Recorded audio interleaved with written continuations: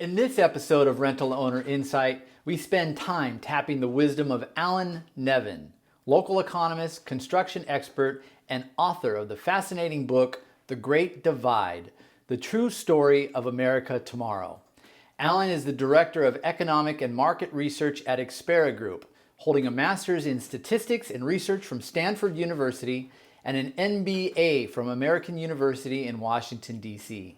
Alan has an extensive background in real estate economics, demography, lending, and market analysis. He serves the development, investment, and legal communities with residential and commercial real estate valuations, feasibility, and real estate advisory services and litigation support. He is the co-founder of firms that bought, built, rehabbed, and operated more than 36 residential and commercial projects in San Diego County, valued in excess of $250 million. Alan and I discussed the state of the market, the development process, and his prediction of how the new rent control bill, AB 1482, could impact the market, and a whole lot more. Get your notepad ready because we cover a lot of ground over the next 60 minutes. And don't forget, hit the subscribe button because we are on a mission to introduce you to the experts, concepts, and ideas that can help you achieve success in the rental housing industry. I'm Doug Tabor, CCIM, rental owner advisor, apartment building broker, Rotarian, and Marine Corps veteran, and this is ROI. All right, Alan Nevin, it's great to be with you. Thank you, sir. I know that I've always enjoyed our time together. Your talks are very informational and riveting. I've enjoyed all of them. Statistics, what draws you to statistics? It's what I've always done from college on. I just love numbers. Yeah. The truth is in the numbers, right? Numbers can be modified to show what you want to show, if you want them. But the reality is that numbers allow you to really analyze situations. And there are people who twist numbers, sure, and others who do very honest reporting. Well, when I read your book, I really enjoyed all of the numbers that were in the book, because when I said that the truth is in the numbers, it always seems that you can get a good analysis of the data by looking at the numbers. In my business, in brokerage and sales, it's always about the numbers, and the numbers always tell the truth. I will say that the drawback of the digital media age is I read your book on Kindle, and you gave me a copy, which was fantastic. The only notes I have in this copy are the notes that you wrote in it when you signed it for me, to my continued success. When you do all of your reading on Kindle, all your notes are in the computer. So I can't refer quickly back to my notes on all the empty pages of the book. Yeah, you know, one of the things that you may not want to note in the book, there are 134 exhibits in the book, and they all have sources. So you know my numbers are taken from sources that you can go back and double check. So when you talk about honesty and statistics, the book is honest. That's a good point. So trust but verify. Very good, Mr. Reagan. Oh, is that Mr. Reagan? That was his, yes. And he was the original. He was the original one to quote that, or maybe before? He may have taken it from a script. But yes, that was his.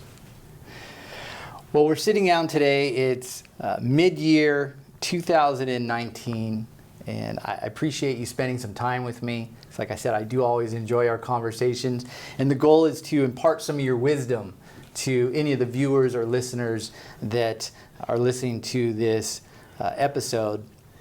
But right now, the elephant in the room is rent control in the state of California. Rent caps is what they're calling it in this iteration. And as someone that's evaluated the numbers, it's an economist, how do you foresee rent control, or maybe what is your experience historically of how rent control could affect a market? Well, it really depends how it's legislated. The way it looks now here is going to be perhaps a 5% cap plus inflation. Inflation's 2%. The reality is that it's very difficult to raise rent 7% a year in this community. And if you'll talk to most of the owners, they'll tell you there's no way they've been raising rent 7%, unless, of course, they've come in and done a massive renovation. So I really don't think that the rent control at that level will have a major effect in this county.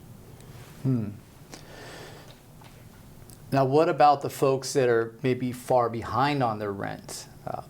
For instance, the Miss Jones, the retired school teacher who loves her tenants and hasn't raised her rents in 20 years, because they're out there. Oh no, they're out there, and it's a sad thing because they have got themselves stuck in a position now where they're going to find it very difficult to sell a project. And I feel very sorry for them. And there are thousands of them out there, I know that. And most of them own smaller projects, and they didn't want to step on anybody's foot. They wanted to keep the rents the same, and it's going to come back to bite them. And it's very unfortunate. Yeah. I know one of the cries the folks opposing rent control always use is the fact that it's going to slow down development. Now, I know in your business here at Xpera, you guys work with a lot of developers. Yes. I don't really see it slowing down development because none of the developers that we work with anticipate rent increases of 7% a year in their cash flows. So I don't really see that having an effect.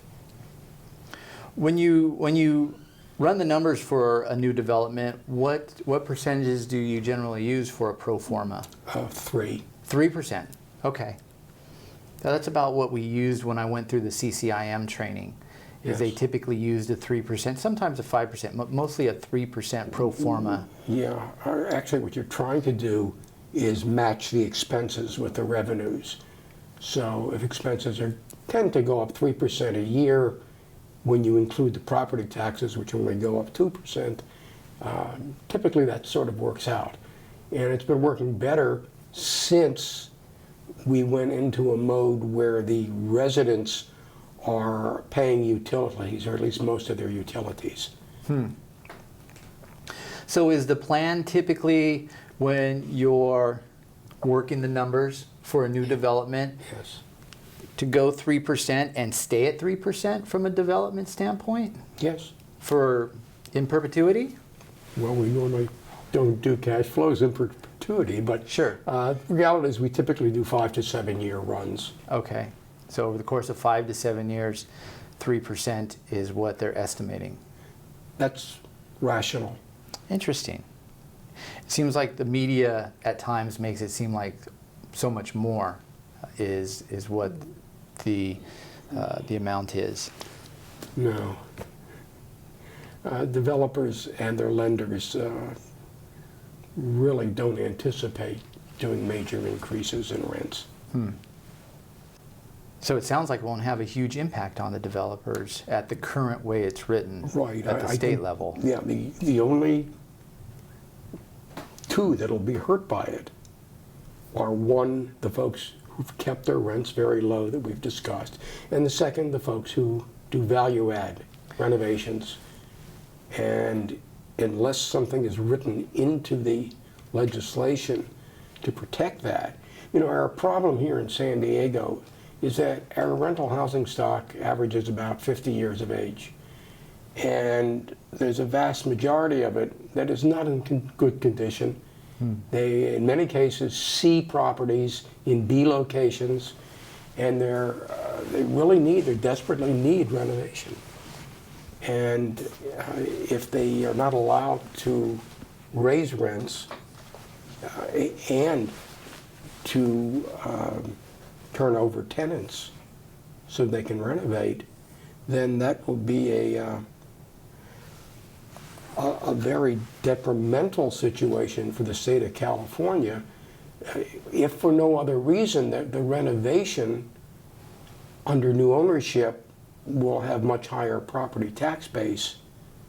So the state of California will really be wounded if they are not allowed to raise rents and enforce turnover.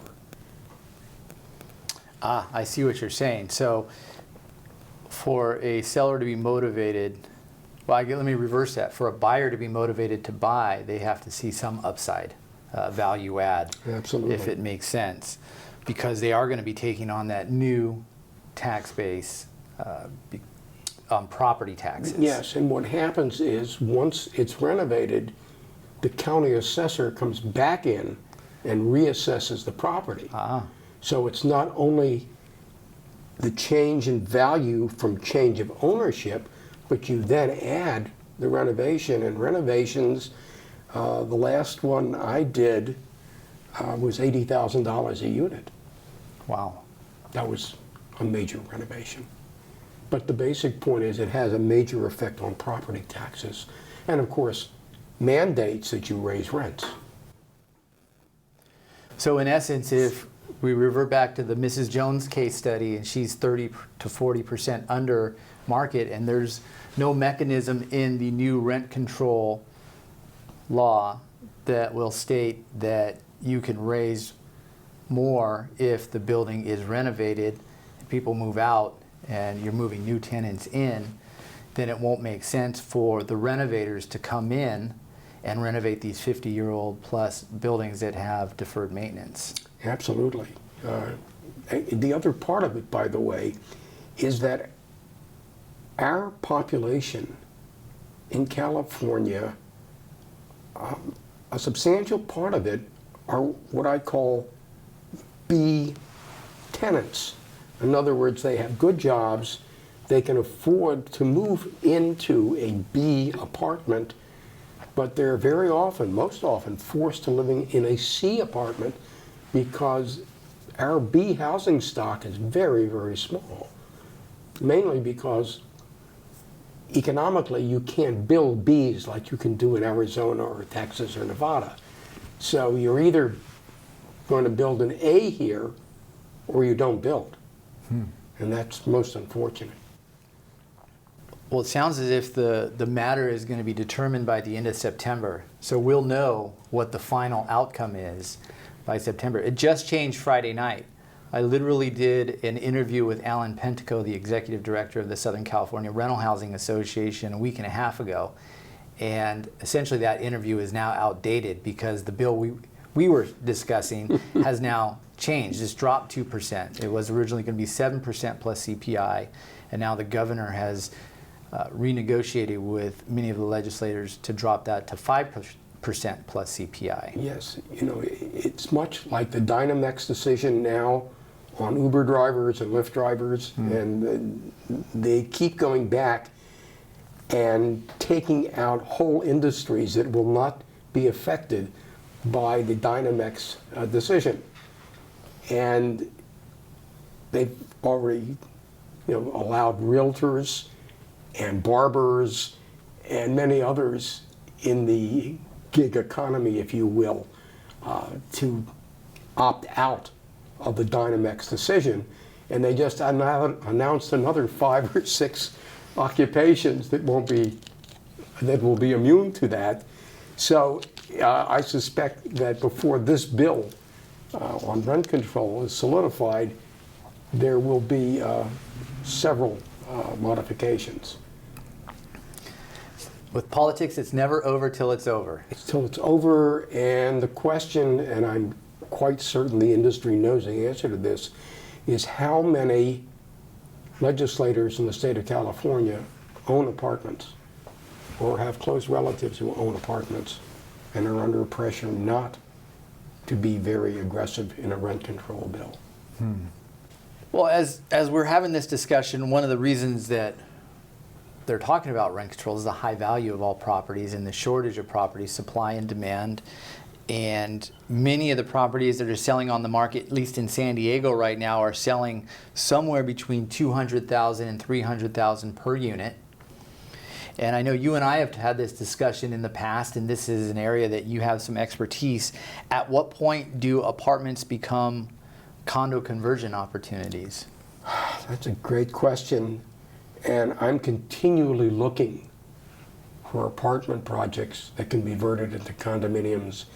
And the reality is that I can't find any. The conversion business is a very simple business. You take the price of the unit that you pay, you add to it the cost of renovation, and those two things taken together can't be more than 2/3 of the ultimate selling price of the condominium unit. So if you buy a unit for $300,000 and put $50,000 into rehab, then that unit has to sell for close to $500,000. And that's pretty stiff for a typical apartment. Now, if you're on the water, that's another thing. But the vast majority, the numbers just don't work here. And I frankly don't see a situation where they're going to work. Is it because the price of the apartments are selling for too high at this point? Yes. Yeah. No, they're selling for what they should be selling for. It's just too high to make them conversions. Which brings us full circle back to the developer side. Yes.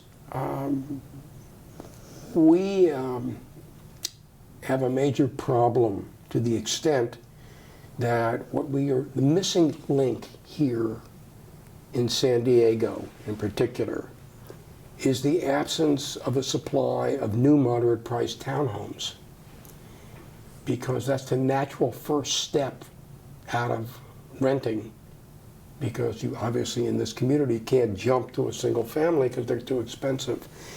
And interestingly enough, in the city of San Diego, there is no such thing as a townhome zone. They zone by number of units per acre, but there's no such thing as a townhome zone. And the major production of townhomes in this county happened to be in Otay Ranch. That's terrific, except that 75% of our jobs are north of 8. And therefore the traffic problem gets exacerbated.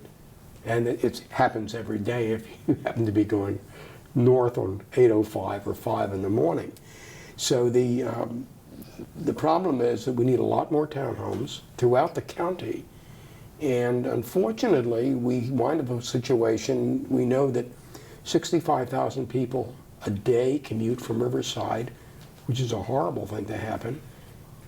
And there's basically no transportation. So it's very, very difficult. And the city, all the cities, need to work very diligently to enhance townhome production. This is not a city where people want to live in high-rise condominiums unless you happen to be Bayfront. So, and plus the fact it's incredibly expensive to build vertically in this city, even if you don't put parking spaces in.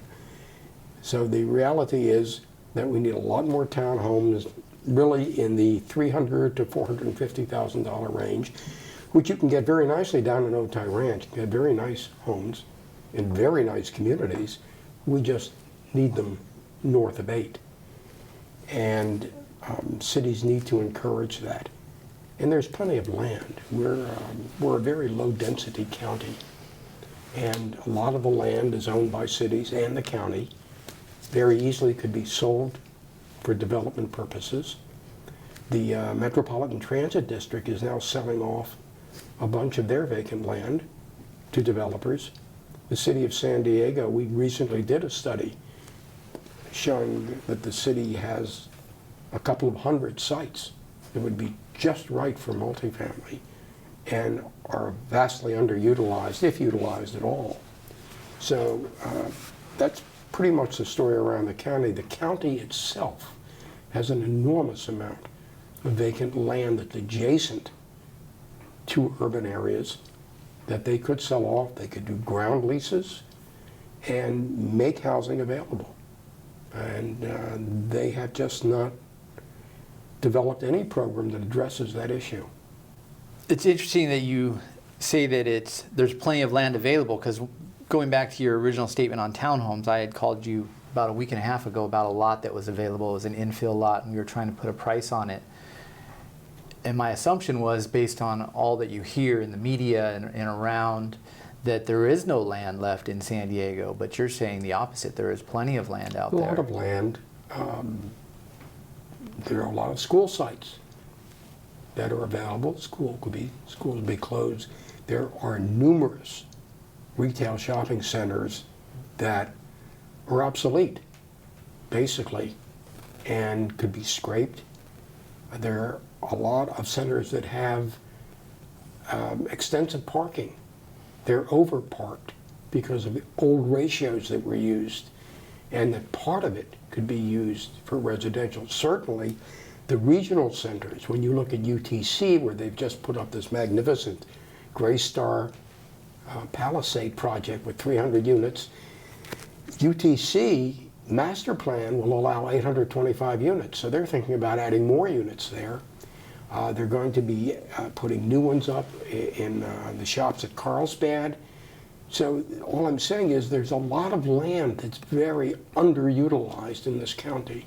It could very easily be built out with low, mid-rise apartments, or for that matter, townhomes.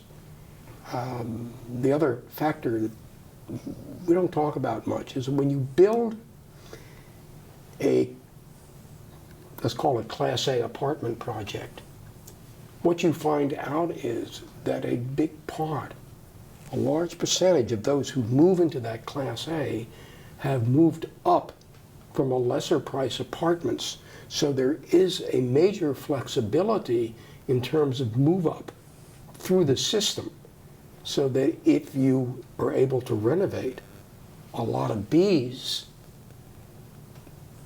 those Bs may ultimately move into an A, and the Cs could move into a B. And that's part of the business. And historically, we've always been able to do that. It's just the last, since we actually came out of the recession, that the entire business has shifted. And the prices have shifted. And the cost of labor and the shortage of labor. Since we cut back on immigration from Mexico, we've had a terrible shortage of entry-level labor. It's desperately needed here. I don't know if you follow the numbers, but the Bureau of Labor Statistics says there's 7.5 million jobs going unfilled nationally. Here in California, we have 700,000 jobs open. And it's all categories, everything from Facebook software people to folks who are gardening and housekeeping, desperately needed. And frankly, the situation's becoming more critical because a large part of that entry-level labor force is going into healthcare. And as we age, they need a lot more people working in the assisted living field, and they're not highly paid, but we desperately need them, and we can't find them.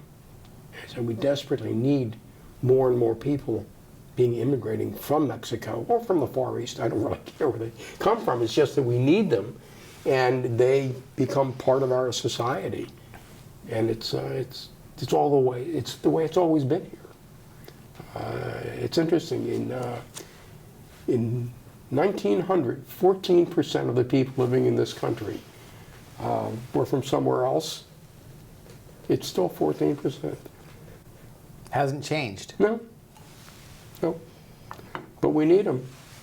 And to shut them out of our system is not a clever thing. Canada has done a brilliant job of expanding their international population.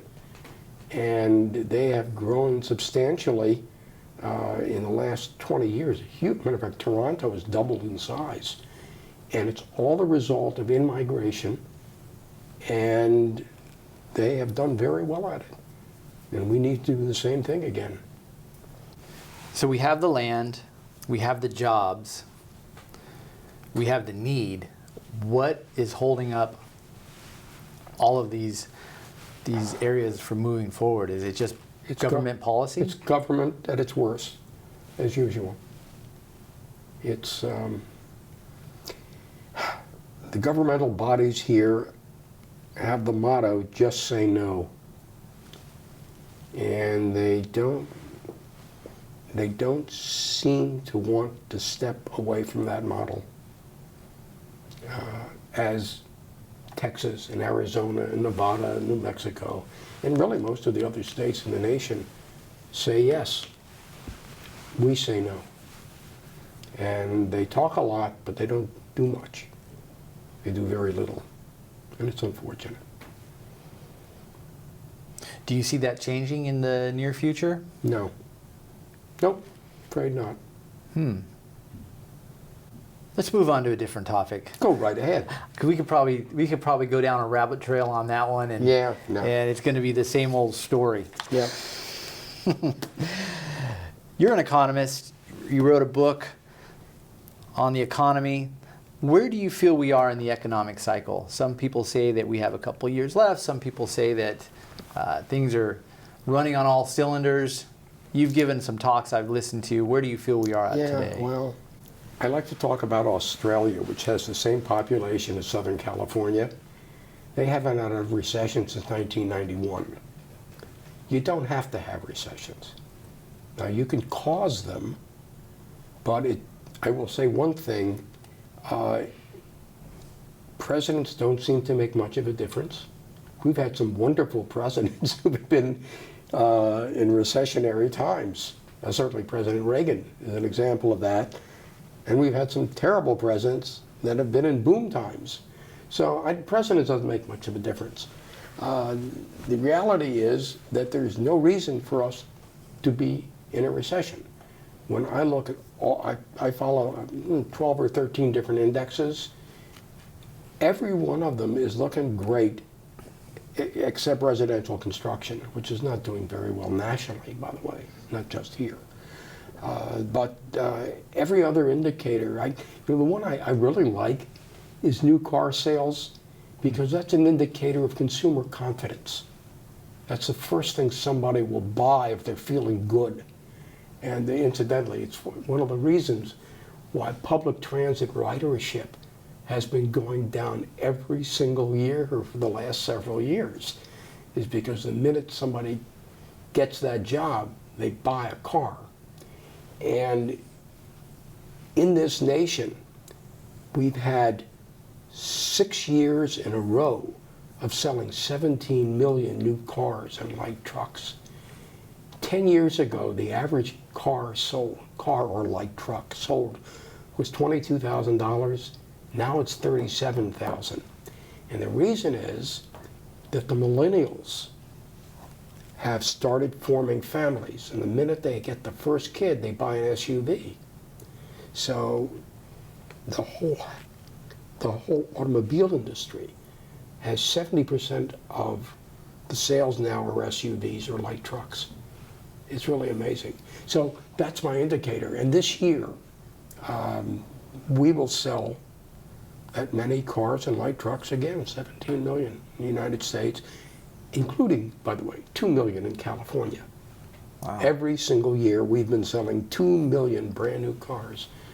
And so that's a great indicator. And you look at all the rest of them. You look at interest rates, you look at job openings, you look at the employment rate, you look at monthly, you look at the Bureau of Labor Statistics publishes weekly unemployment claims. And they've been at rock bottom now going on 5 or 6 years. And I'm waiting to see some indicator that says we're weak. I'm not seeing it. And I refuse to be a pessimist. And I agree, although I do have to ask a pessimistic question. Now, are you also looking at the data on consumer debt and foreclosures on cars? Is that going up? I'm assuming it would go up because the purchasing amount is going up, but is there a rise or a spike in? No, there's no indicate. Matter of fact, overall, people are not borrowing as much, interestingly enough. No, it's pretty good shape, as a matter of fact. That's great to hear. Of course, the home foreclosures have disappeared almost entirely. That business is history. It's good to see it go. Absolutely. Yes. Yeah. So no, the economy seems to be in very good shape. Here in San Diego, particularly good shape because we have the Navy. And that's still 25% of our economy, and that's rock solid. About as good as it gets. It's not a lot of growth, but it is solid. And the number of contracts the military puts out in this community is pretty phenomenal. The other thing, by the way, I'd love to see, our cruise ship business is coming back. Until in 2008, we had about 1 million passengers go through here. And then the Mexican drug war hit. And because most of our cruises went down to Mexico, people stopped taking the cruises. And we dropped from 1 million to 200,000. Oh. Incredible. Carnival picked up all their ships, literally moved them all to Australia to take advantage of the Chinese business on tourism, which is just expanding dramatically. And incidentally, California happens to be the #1 destination for Chinese tourists. So we're doing very well on that business. But here in San Diego, our cruise ship business is now coming back. We'll probably do 300,000 this year. Disney's now has the cruise ships going out of here. And so that business is great. Our tourism business is incredible, amazingly strong. And we had something like 33 million tourists coming in this year. Wow. It's pretty remarkable. Our hotel business is in the top 5 in the nation in terms of occupancy. So that business is great. I look at every single segment of our economy here, and there are no weak spots other than construction. And housing. Housing, yeah. And it is unfortunate. One of the slides I used in my presentation showing that 38% of all millennials are still living with their parents in California. Or aunt and uncles. Yeah, or a relative. So that is fairly symbolic of the price of our housing here. And it's the way it is. It's not that unlike Europe, or for that matter, Japan or China, where kids live at home indefinitely until they get married someday, and they're just getting married later and later and later.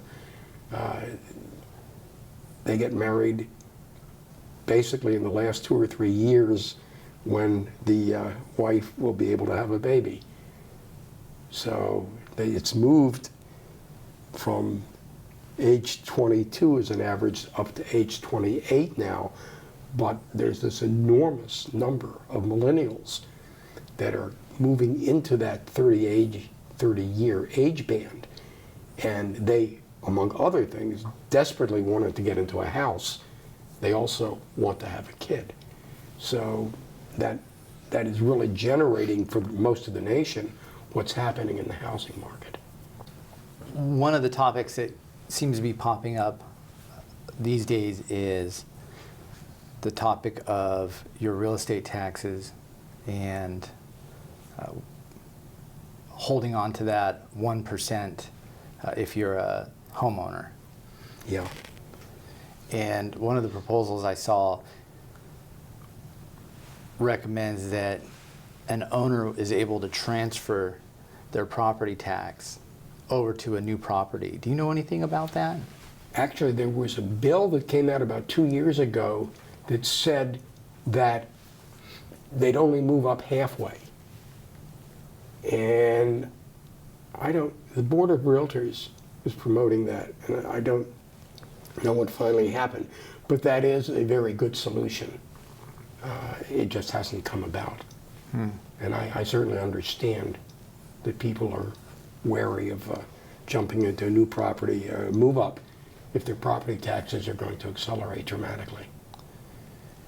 It seems that a lot of the folks that I talk to are in their 70s and 80s, and Yeah. taxes are a big concern. Paying capital gains taxes are a big concern, especially if they've owned even their primary residence for a long time. It just seems like for those younger families to get into those 3 and 4 bedroom houses that are currently being occupied by empty nesters who want to Yeah. move into a nice condo downtown or in a nicer area, to be able to transport that tax break over would be. Yeah, they do have the alternative of renting out their house for 2 years and turning it into investment, and then they can do a 1031. That's probably not something that everybody wants to do, but it is an option. The move-up market here is stifled because of the shortage of new move-up housing. You know, in most markets that have a supply-demand balance, for every new home sold, 4 resales sell. And that doesn't work here. We're not building any new homes. We're building, this year we may put up 3,000 homes, but that doesn't generate the type of movement that we see in other markets. Plus our moves up, our first move ups here tend to be 700,000-800,000, so there's no interim move up step. So it's a very difficult situation, and I frankly don't see that changing either. What is a good number that you think we should see as far as new homes being built on an annual basis? Oh, 5,000 or 6,000. 5,000 or 6,000 would get us there? Yeah, but not going to happen, unfortunately. You talked about transportation, and if you get on the 15, the 805, any of those freeways going north or south in the morning, you're sitting. There's a new person in charge of Sandag, Yes. and he's proposing a big transit loop that would circle all through the county. He did a presentation at our Rotary Club. Yes. What are the chances of something like that getting built and then really having a great impact or a positive effect on the county? The reality is it has to do with where people work. And most of our people, as you know, work north and along the 5.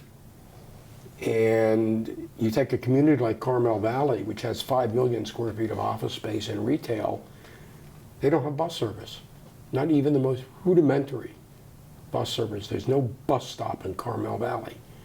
Now, I don't know why that Metropolitan Transit District doesn't serve that area, but they don't. They don't serve the north end of La Jolla, 92121. So it's a very interesting situation out there. There needs to be a lot done with public transit, but you got to crawl before you can walk. And frankly, the rail transit only works if you really have heavy concentrations of employment and population together. And we don't have that, unfortunately. I mean, if you're in, call it Chicago, San Francisco, New York, Boston, where you have 25 to 30% of the workforce works downtown, we have 4%. So we don't have this large number of people coming into the center of the city. It's just not the way we're built. So it becomes a far more difficult situation to try to serve with mass transit. And I'm not so sure that rail transit's the answer here. I think a highly sophisticated bus system is probably more realistic for us. Speaking of downtown, I sat through a presentation recently on the development or redevelopment of Horton Plaza, and it sounds like they're going to be able to bring 4,000 or 5,000 tech jobs into downtown. Are those the type of projects that could possibly turn around the amount of people that are obviously going out of downtown to work? Well, the answer is certainly that's true, and I think they'll be very successful. By the way, it'll be a fine project. The problem is that we probably need 500,000 people working downtown instead of 86,000 like we have now. And of all the jobs downtown, only 14% are private industry professionals. 50% are government, and the rest are in tourism or food business. So we have the wrong mix downtown. We don't want to lose the government, but on the other hand, we desperately need to dramatically increase the private sector employment downtown. And perhaps it'll happen over time, but for now, it's a very modest effort. And the most unfortunate part was, during the last 20 years, and particularly when CCDC was active, they put all their money into residential, not a dime into developing new jobs downtown. And that was a fatal error. They could have done that very well, because the firms that are coming to town, the high-tech firms, like Walmart Research, Facebook, Google, Amazon, those people who work in those industries are accustomed to working in high-density communities and would very easily work downtown and live downtown, of course. So it's an error that needs to be corrected before all the land downtown is used up for residential. If you look at the map now of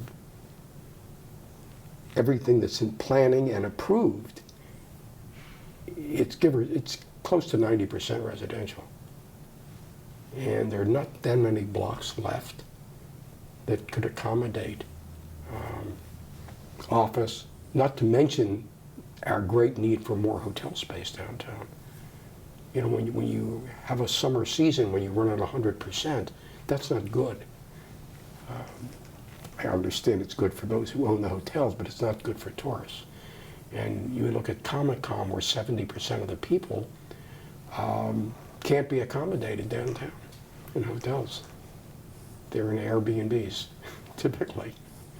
So it's very difficult, and we need a lot more commercial aligned to the freeways, as it were. And then you could justify doing rail transit. In your book, you talk about basic jobs. I've learned about basic jobs. What is a basic job? It's an economic driver. That's simple. And in every economy, 1/3 of the jobs are basic and 2/3 are consumer jobs. And it's the absence of the basic job, or the demise of the basic job, that basically has killed Detroit and numerous other cities in the Northeast and the Midwest, because they moved predominantly because of unionization, and moved to areas in the Southeast where you look.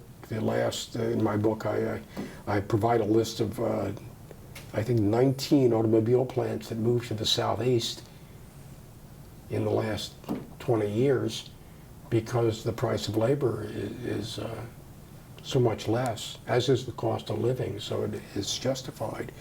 But the state, what you see in the book is the states with a heavy unionization are the ones that are dying. It's the states that elected Trump, basically in the Midwest, are dying, and he's shown you can't bring it back, because he's tried, and you can't. And he's been somewhat embarrassed by that.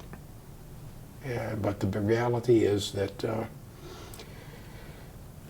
you have to be competitive around the world, and you can't pay people $50 an hour and compete against China or Vietnam or even Mexico, for that matter.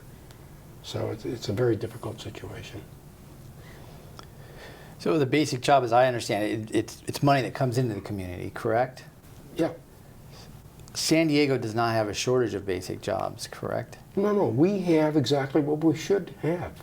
1/3 of our jobs are basic jobs. And that's, it's manufacturing, it's all the high tech, the medical research community, biotech research community, tourism is a marvelous basic industry, because it's one of the things you find about our basic industries that set us apart from the old basic industries. Ours are labor intensive. When you look at, for instance, automobile manufacturing, about 50% of the business costs are goods, the capital investments. In the high-tech industries, it's 80% labor. So when Facebook comes into town with 1,000 jobs, it's much more meaningful than if they came in with manufacturing with $500 in capital equipment and the other 500 in employees. It doesn't. So our industries, and frankly, the entirety of coastal California has the industries. When you look at the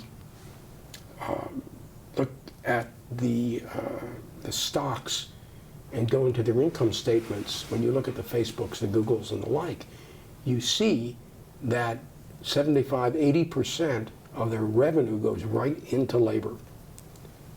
And that's what makes coastal California swing, plus the fact that the labor unions haven't figured out how to invade the high-tech industries. And as a result of that, they've been able to grow without interference and have done a phenomenal job. At what point do you see our housing challenges that we're facing in San Diego causing companies to rethink moving to San Diego with all those great basic jobs? Well, or do you see that? Well, no. I mean, first of all, it's a bad analogy, but we're really cheap compared to the Silicon Valley. So companies are coming here to drop their costs, and what you find is that there are only 6 great high-tech metros in this country, and they're all very expensive. I mean, New York, Boston, San Francisco, Seattle, Silicon Valley here, and to some degree Orange County. Those are very expensive places to live, but it's where the business is. I mean, you're not going to see astrophysicists moving to Tucson. There's nothing to do there. There's no one for them to talk to. And worse, there's no place for them to move up. There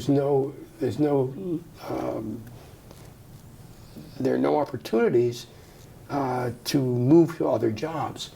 So here in this community, there's a fair degree of turnover,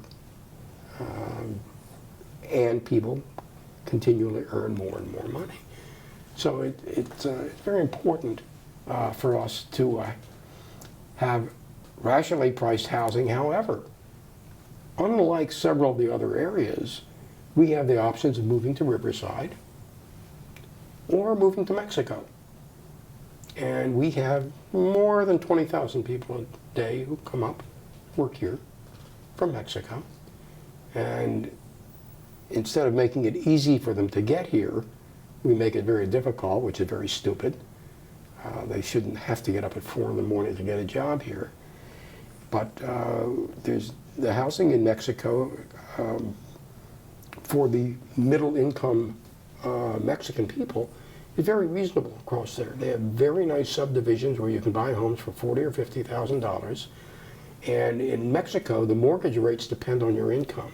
So they make sure that people can afford to buy homes there. And there are a couple of major very big master plan communities on the east side of Tijuana. And so it's really a situation where people can get here, even if they can't afford to live in the county. I think granny flats are a great idea. They don't really work on small lots, except with 1 story, you can put a 2-second story on the house. and it's relatively inexpensive to do that. But typically, anything with a 6,000 square foot lot or larger, you can put a granny flat in back fairly comfortably and still have some yard left. And the return on investment is very, very good. So I really like to, I'd like to see a major expansion of the granny flat business. They've tried to make it a little easier here in the city, but it hasn't caught on yet. In LA it has caught on, by the way. And they have tens of thousands of granny flats going up in LA, which is, they've just encouraged it. But here at least, you don't need off-street parking, and they're not charging the fees, the school fees and the other fees that that make development onerous. So doing a granny flat here really makes some sense. And basically you have if you can do an 800 square foot, or what you do is a townhouse, so you only use up 400 square feet or 500 square feet in your backyard, where you only have a 4-foot side yard and a minimum setback, and do a little 2-story townhouse, and it's really nothing more than pouring a slab and building it. It's a very inexpensive process. So it really works and can be a marvelous source of new housing. I was going to ask, what would be your best recommendation for us moving forward on this housing issue? Would you say it's the granny flat idea? That's one of numerous ideas. If we wanted to have housing, we'd have housing, more than enough. It may even have to require federal action. The state is trying to put in some incentives, shall we say, or force cities to accept more rental housing or more higher density housing. Wouldn't surprise me if it doesn't have to come down from the federal level. It just may. Frankly, I would think that at the federal level, for a place like San Diego, which has more than 100,000 military who can't afford to buy here, that the federal government would take some steps so that there are people who work for the federal government and for the military could afford to buy here. And they can't, of course. And they don't want them living in Mexico, which they have required a number of Navy people who've been living at the beach in Mexico to move back into the States. But it might just happen. Well, that'll be really quite interesting. Now, we don't want them going down to Mexico if they're active duty military. Alan, thanks for your time today. Before I ask my final question, what's the best way for folks to either reach you, or maybe you want to talk a little bit about Expera and what you guys do here and how you might be able to serve those clients that are in need of your services? Yeah. Expera Group is a construction consulting firm, and one of our very interesting divisions does balcony inspections, which is now law in the state of California, that every 5 years you have to inspect. And we have developed a system, a very inexpensive system, a combination of a camera and a drill that'll go in and very easily tell whether or not there's rot in the trusses. So that's becoming a very powerful business here in San Diego, and certainly outside that as well. So that's we also do a lot of inspections. We're experts on waterproofing. Remember, we've done probably half the new buildings downtown. We make sure that the contractor is following the architects and the engineers' plans. So we do a lot of that, and we do new home inspections for developers, and we probably do 4,000 or 5,000 homes a year for them in Southern California. So a very interesting outfit. I happen to run the economic research division, which is one very small part of the business. So we have a very nice business going here. We've just celebrated our 10th anniversary here. Oh, congratulations. And we have a marvelous facility here. I really, really preferred our original facility, which was a block from the beach in Solana Beach, but growth mandated that we have to expand here. And it's a very nice facility. Well, I definitely like all the accoutrements. You have a table that we're sitting on that appears to be a portion of a lane from a bowling alley. In Canada, no less. Wow, Canadian bowling alley. Could have worked on my game a little bit while we were having this interview. Absolutely. Well, Alan, I always appreciate your time. I always appreciate your talks. My final question is, what's next for Alan Nevin? You got a lot going on. You wrote a book. What's next? Is there another book in play, or do you have something big on your desk that you want to tell me about? No, I'm working on the second book, and it's about this century, which is going to be, this is going to be the century of sharing because of social media, that the world will come a lot closer together, and a lot of countries that are third world are going to move up to second world status. It's going to be a very exciting century we're in. And the book will address those topics, among many others. And the other things I'm working on now, we're going to start putting out a monthly blog on the state of the economy. And the first one comes out next week, as a matter of fact. So I've got a lot of things doing a lot of fun studies. Most of my studies involve real estate development or apartment renovation. We've just finished a study on the cost of student housing for UCSD. And UCSD is in the middle of an incredible expansion program that is going to add, right now under construction, more than 6,000 beds. Wow. And there's more coming every day. It's an amazing institution. So yeah, and we do waterproofing inspections on the high rises that are going up at the UCSD.